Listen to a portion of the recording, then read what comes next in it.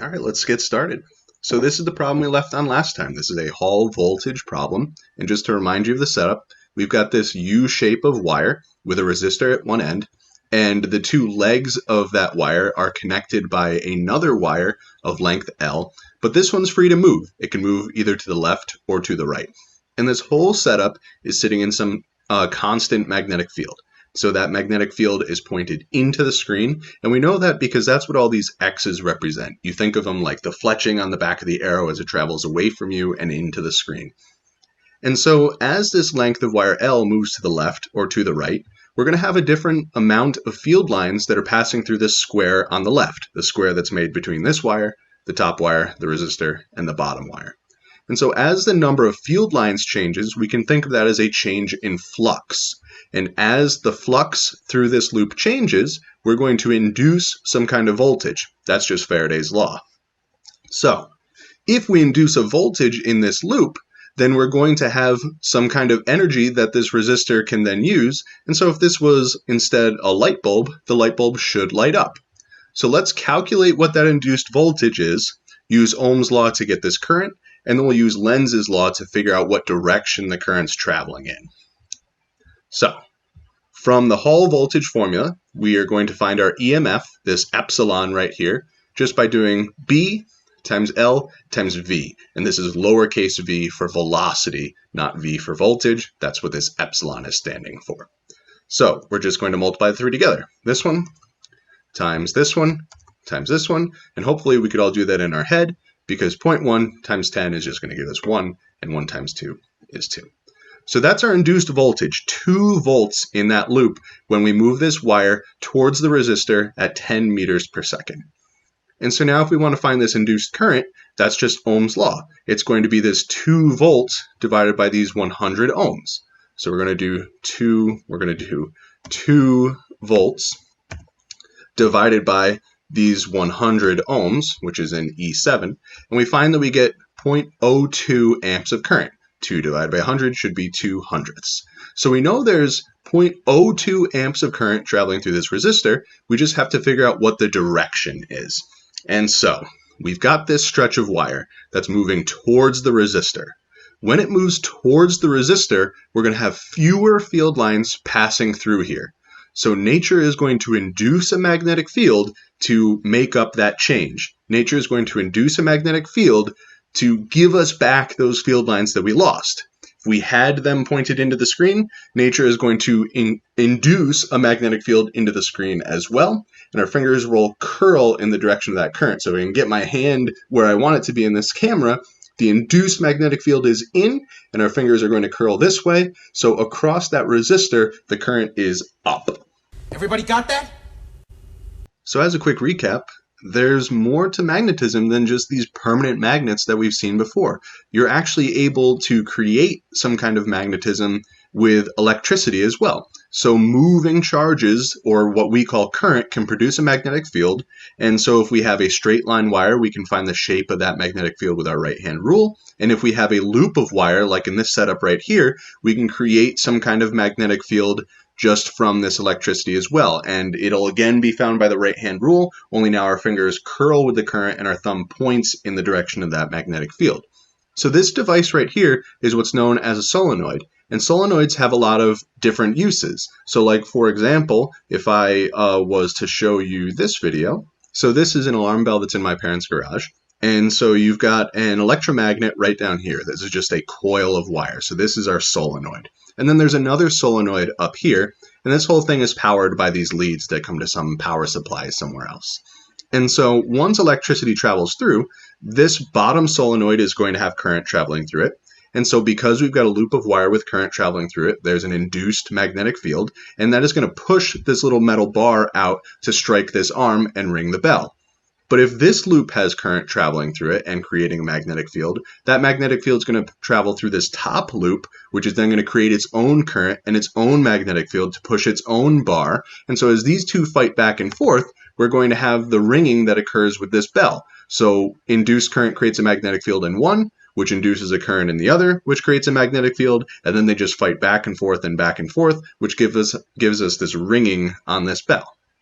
Okay, here's another example. We've got this setup right here. This is our solenoid right in the middle. It's another just loop of wire. It just happens to be encased in metal this time. And it's got some bar that sits in the center and this L-shaped piece of metal on the top. And then here's my battery on the side. And what you'll notice is that as the battery is connected to the solenoid, this piece of metal is pushed up, the magnetic field is induced and pushes that bar up, and that undoes this latch. So this would be like a door latch that's connected by the solenoid, and by pushing a button, for instance, you're supplying power, which brings that latch up and out of the way. So if this solenoid is able to move this piece of metal to send that latch upwards, then it must be doing some kind of work. And the only way that we can have this work done, or to have some kind of action that's occurring, is if this magnetic field is actually supplying a force. And that's the content of our discussion today, is all the different forces that a magnetic field can apply. Because I'm not in my classroom and I don't have access to my power supply or any of my stronger magnets, we're going to have to just watch this video that MIT put together for this demonstration, which they call the jumping wire, and I'll have a link to it in the description below. And so if we click play on this and we let this go, we'll see that it's a fairly simple setup. You've got some kind of battery right there. You've got a switch that's going to either go forwards or backwards depending on the direction that you want for your current. You've got a long wire, and then you've got some strong magnet right there. And so right now the battery is not connected and the switch isn't pulled, but once the switch is moved, there's going to be current that travels through that wire, and because there's current traveling through the wire, there's a magnetic field which opposes this magnetic field. But watch what happens when current goes the other way. Then it gets pulled downwards. So the direction of that current does seem to make some kind of difference. It works kind of like this. So if we scroll down to the force on the wire, you've got the same setup as before.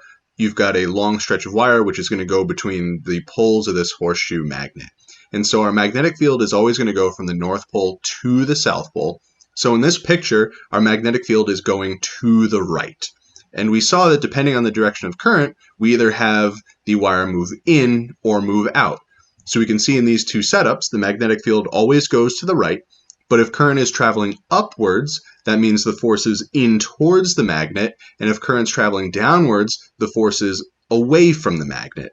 And we can see that these three things, hopefully we can all recognize that these three things are all perpendicular to one another. You've got something in the Y direction, something in the Z direction, and something in the X direction. People in the college physics group, they may be having some flashbacks now to the rotations unit, because the way that we're going to figure out these directions is using a different right-hand rule, because this is a cross product. And so the way that you set this up is you have to arrange your fingers so that they're all mutually perpendicular. They all make right angles to one another. So your thumb and your index finger and your middle finger, and then your middle finger and your thumb. So all of them are mutually perpendicular to one another. And the way this is going to work is you're going to have current on your index finger, magnetic field on your middle finger, and force on your thumb. Or as I like to think of it, your index finger starts with I. This is your bad finger, which starts with B. And this, of course, is your thumb. So force, current, and magnetic field. And so in the picture that we have on our left, current is going upwards, but the magnetic field is to the right. And so our thumb is into the screen. Whereas in the other setup, our index finger is down, but our magnetic field is again to the right. And so our thumb is out of the screen. So this is the right-hand rule for a current carrying wire. And the formula that goes with it looks something like this. So you've got F, which is the force on the wire, of course measured in newtons, is equal to L, the length of that wire, times I, our current, crossed with B, our magnetic field strength. So this is a cross product. It's a specific kind of multiplication. In the same way that the dot product is how you combine two vectors to get a scalar, we're now taking these two vectors and combining them to get a third vector. Force, of course, is a vector. And so we are going to have to use, in this case with our cross product, it is not cosine, but is instead sine. So another way to write this would be F equals L I B sine theta. Thinking about this formula down here, our formula for the force on a current carrying wire, current can be rewritten as Q over T. And so we kind of have Q times L over T, or some distance over time. But distance over time is just velocity. So there's a way to rewrite this formula if we wanted to talk about the force on each of those individual electrons. This is that formula. This is the force on a moving charge. Very similar to the force on a current carrying wire, only now we're talking about each of those charges individually. So we've got F, our force, is equal to Q, our charge, and make sure that that's just the magnitude of the charge. We don't want those pluses or minuses in there. And then that's multiplied by this cross product of velocity and magnetic field. So again, we've got a cross product, which is going to require our right-hand rule.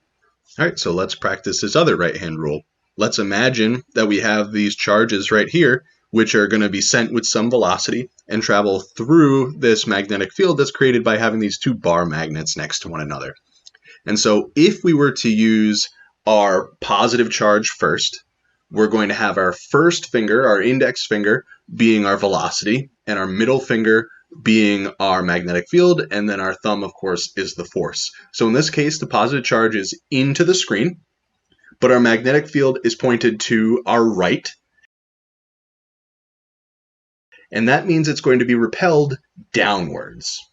What you'll see in the picture, though, is that the negative charge is actually going upwards. It has the opposite sign on that force. So there's really two ways to go about it. You can either remember that your negative charge is always going to flip your direction of your force, or you're welcome to use Fleming's left-hand rule, which is specifically for negative charges. So with your left hand, same setup, velocity, magnetic field, and force.